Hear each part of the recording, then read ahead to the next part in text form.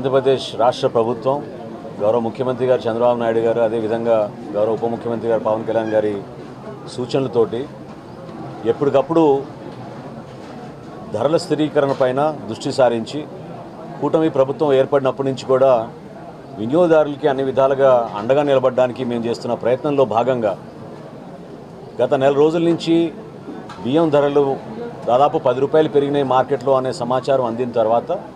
క్షేత్రస్థాయిలో వాస్తవ పరిస్థితులు గుర్తించి మా పౌర సరఫరాల శాఖ నుంచి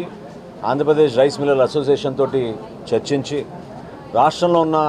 150 రైతు బజార్లోనూ అదేవిధంగా 500 రైస్ మిల్ అవుట్లెట్లు అంటే రైస్ మిల్ దగ్గర ఉన్న వీళ్ళకి ఉన్న షాపులు కానివ్వండి బయట స్టాల్స్ కానివ్వండి ఏర్పాటు చేసి ఈ రోజు నుంచి గతంలో 64-65 రూపాయలు ఈ రోజు నుంచి ఏర్పాటు చేయడం జరిగింది. ఈ ఇనిషియేటివ్ ఎప్పటికప్పుడు మేము సమీక్షించుకుంటూ జిల్లా కలెక్టర్ గారు అదేవిధంగా మా డిపార్ట్మెంట్ నుంచి మాకు వస్తున్న సమాచారం వీటికి స్థానికంగా ఉన్న సమస్యలపైన ప్రజాప్రతినిధులు ఈరోజు గౌరవ శాసనసభ్యులు రామ్మోహన్ గారు ఉన్నారు. ఇక్కడ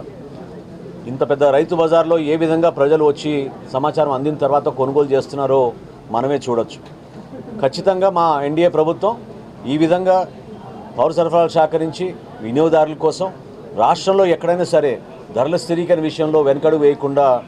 అందరి సహకారంతో ముందుకెళ్తున్నాం. ప్రస్తుతం ఉన్న పరిస్థితుల్లో ఆంధ్రప్రదేశ్ రైస్ మిల్ అసోసియేషన్ వారు కూడా వారి సౌజన్యంతో ఏర్పాటు చేసిన ఈ కార్యక్రమాన్ని నేను మనస్ఫూర్తిగా వారిని కూడా అభినందిస్తున్నాను. గుమ్మడి వెంకటేశ్వరరావు గారిని వారి అసోసియేషన్ సభ్యులందరినీ కూడా. ఎందుకంటే రాష్ట్ర వ్యాప్తంగా చేస్తున్న ఈ కార్యక్రమాన్ని పెద్ద మనసుతో ముందుకొచ్చి ఎక్కడ లేని విధంగా ఈరోజు ఎక్కడ చూసినా కూడా దేశంలో కనీసం 60-62 రూపాయలు పర్ కిలో అమ్ముతున్న సందర్భంలో మనం కేవలం 50 రూపాయలకి కిలో బియ్యం, నాణ్యమైన బియ్యం, సన్నటి బియ్యం, బీపీటీ అంటాం మనం, స్టీమ్ రైస్ చేసి దాన్ని మనం ప్రజలకు అందుబాటులో తీసుకురావడం చాలా గొప్ప సందర్భంగా నేను మనస్ఫూర్తిగా కోరుకుంటూ ప్రజలందరినీ కూడా సద్వినియోగం చేసుకోమని ఇవాళ రేపు గౌరవ శాసనసభ్యులు పార్లమెంట్ సభ్యులు అదేవిధంగా గౌరవ మంత్రివర్యులు అందరూ కూడా రాష్ట్ర వ్యాప్తంగా